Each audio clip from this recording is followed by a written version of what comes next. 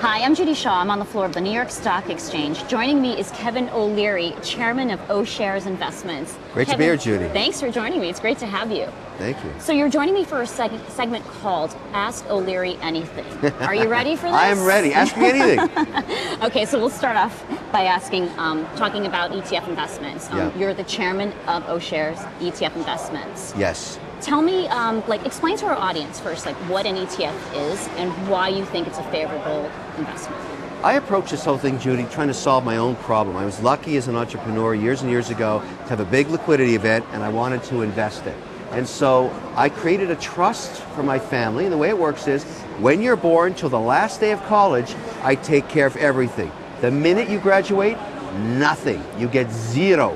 And the reason I'm doing that, I'll tell you why it's part of the investment mandate and how it hooks back to ETFs, is that's what my mother did to me. And she always used to say, the bird that's dead underneath the nest never learned how to fly. And so when I set up this trust, it's designed to do the same thing, because if my kids have kids, the trust will take care of their children right through to the end of college. So it's a very long-term investment mandate. Now to ETFs. So over the years, I've used every asset class you know. Many of the stocks you see listed around us here, I've owned them individually. I've had managers work for me. I've owned forests. I've had private equity. I've had hedge funds. I've done everything. What I learned is, in a long mandate like that there's something called style drift. A great manager all of a sudden goes flat or blows up and I lose 30% in a day or a week or a month. I don't want that anymore. So about 3 years ago, I started to notice the emergence of ETFs. An ETF is an exchange-traded fund. Inside one ticker, for example, OUSA, you've got 140 stocks, all in one. So you buy $30, $100, $1,000, you get exposure to all the stocks.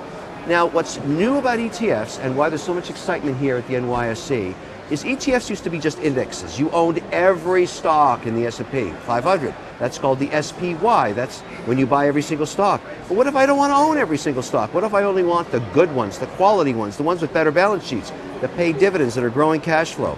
Those are called rules. And now there's a whole new generation of rules-based ETFs. Smart beta, they're called. OUSA is such a thing. Now I'm bringing that up because I designed it for my own family trust. The companies in there are growing cash flow. They don't use debt to grow their dividends, so they have less leverage.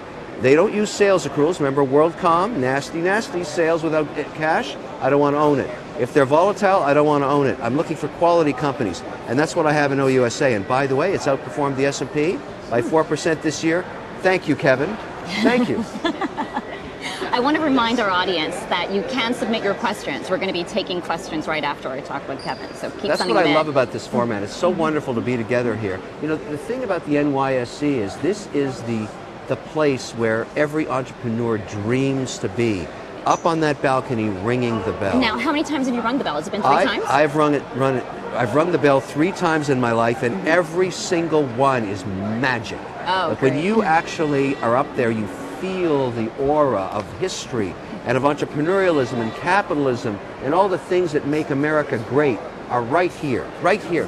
The walls, if they could talk, would speak of the history of what makes this great nation tick. It's all about creating a company, making it grow, being successful, and then getting up on that balcony and ringing the bell so that everybody can buy your shares all around the world. It's so friggin' cool. So what advice would you give to entrepreneurs that want to get up on that bell podium? Now, what I've learned as an entrepreneur, and it's not all easy, entrepreneurialism is a lifestyle and a sacrifice. And if you look back at any entrepreneur I've met and said to them, when did you know you were successful? And they say, I didn't notice it, but one day I woke up and I was filthy rich. They're so impassioned with their journey, with all the trials and tribulations, that they forget that there's other things in life. But the truth is, you get so focused, you want your business to be successful. You miss the picnics, you miss the football games, you don't make it on Saturday mornings. I'll tell you a great story that's so relevant to this. I was teaching a graduating class of entrepreneurs only a couple of years ago, and a young man up at the top, at the end, it was a 9 o'clock, 6 to 9 session, put up his hand and said to me, Kevin, I've got a huge problem. Can you help me? The whole class is listening. We're half women, half guys. It was a graduating engineering class.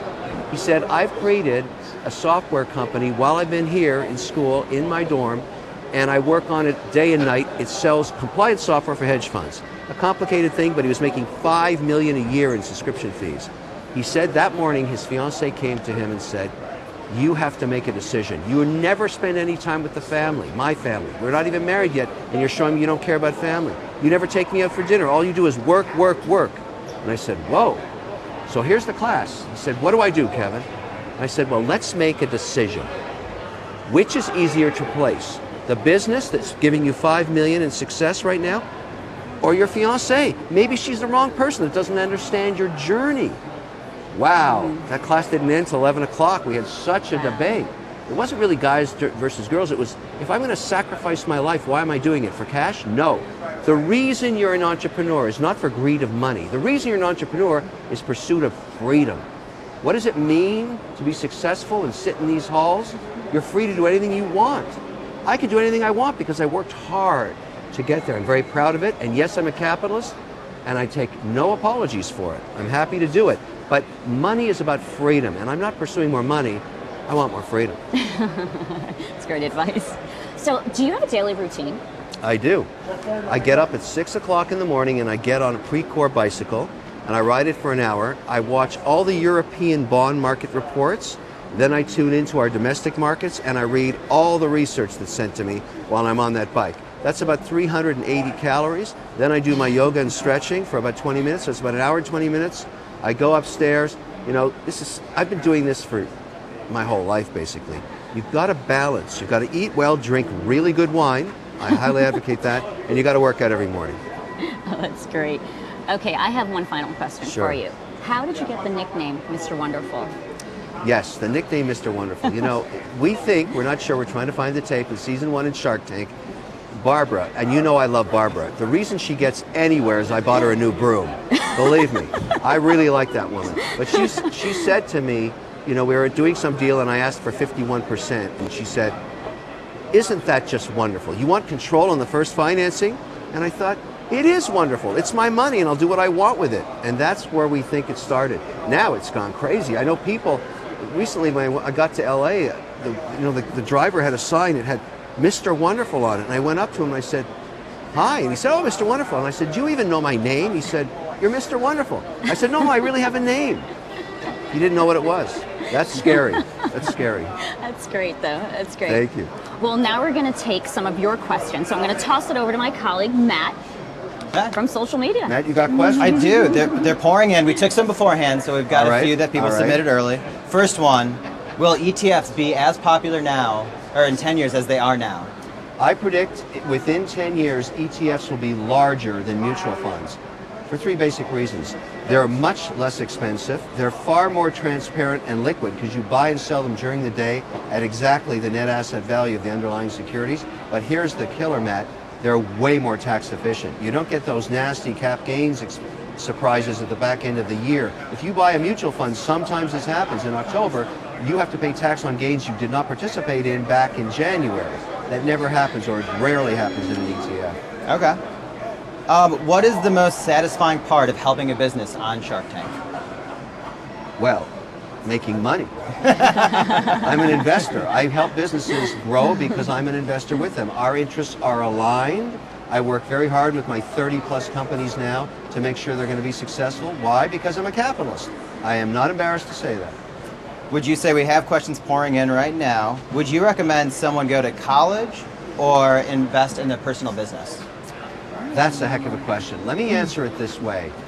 I don't remember a single thing about I have an MBA, I have a Master's of Business Administration. I went all the way through because my mom was paying for it. Because I couldn't figure out what to do, so I said, Mom, will you keep paying for college? So I kept doing it. I don't remember a single thing taught to me in those MBA days, but I remember all the people I met.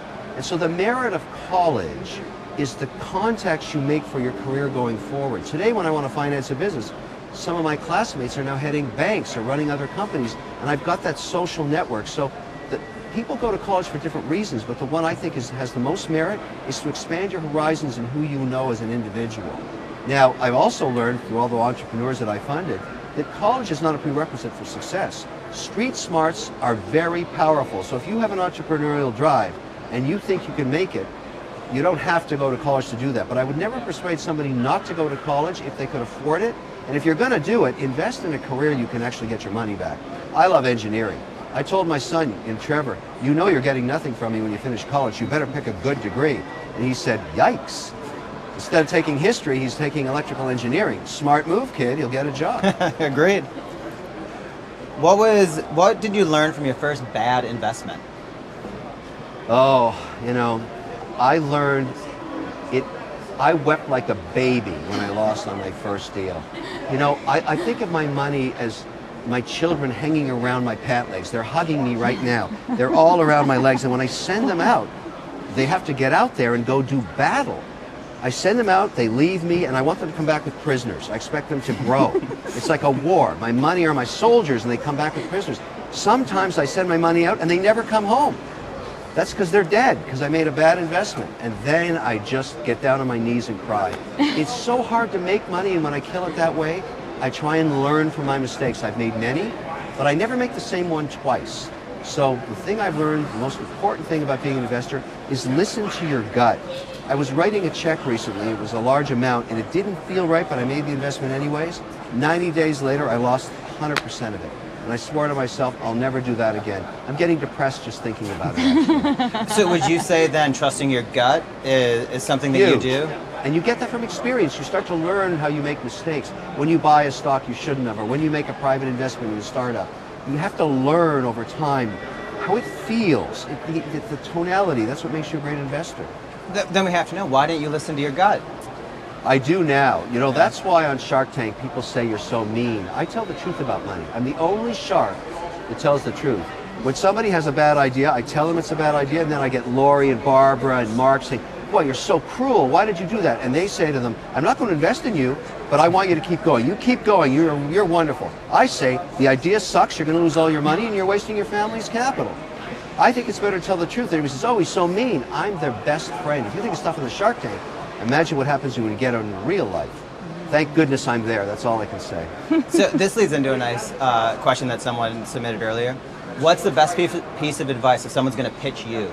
All right. Well, look, I'll give you the 3 secrets for all the deals on Shark Tank that have been funded. Now, hear me on this thing, okay? In every case where a deal got funded on Shark Tank, over 8 years, 3 things were present. Number 1, they were able to present the idea in 90 seconds or less. Let's take something really simple, like Wicked Good Cupcakes, one of my companies, most successful cupcake company in America now. They started with nothing 4 years ago. When they came on the set, they said, we make cupcakes, we put them in a mason jar, we FedEx them as gifts to you. I get it. That took 18 seconds. That's number 1. Number 2, you have to make sure you're able to articulate why you're the best team or person to execute the business plan. We have to understand that as investors. Then, the other big one that really matters is this. And I'll tell you this, if you get through the 100,000 applications to get on Shark Tank and somehow you find yourself on the carpet in front of me and you don't know your numbers, you deserve to burn in hell in perpetuity, and I will personally send you there. Numbers, you have to know your numbers. So you articulate the idea in 90 seconds or less. You explain why you're the right person to execute the business plan, and every time I ask you numbers, you know them. Then I write you a check. It's that simple. See you on Shark Tank. So, November 8th, election. Yes. We don't want to know who you're voting for, but they do want to know, would you ever run for political office? Oh yes, I'm very interested. Here's my personal philosophy about government and politics. I only ask everybody to answer one simple question. Is it better that you leave the cash in the entrepreneur's pocket or tax it and give it to the government to invest instead? What is the answer to that in any state, in any city? It's always, in my view, to leave it in the pocket of an entrepreneur to create a company and create jobs. And yet in America, our taxes are too high, the regulations are too complicated, we're stifling growth. I hate that. I would rather reduce taxes, leave it in the pockets of great American entrepreneurs, and let them make decisions every day, not the government. The government sucks. They waste 1/3 of the money. That's what I say. I'm not negative on government. I'm just saying entrepreneurship and the actual ability to leave money in the hands of people to actually make the investment themselves is my whole political philosophy. And you can make the assumption I'm voting for the candidate that's going to reduce taxes, and I'm leaving all the rest of that crap. I don't care about all the rest. I just want to pay less tax, and I want everybody in America to pay less tax, because I assume that 1/3 of every dollar government gets their hands on is wasted. All right. I rest my case. Vote for me. Is there any deal on Shark Tank you regret passing on?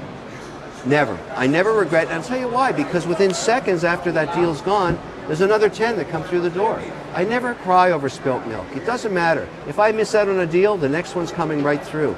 We see hundreds of deals. Hundreds.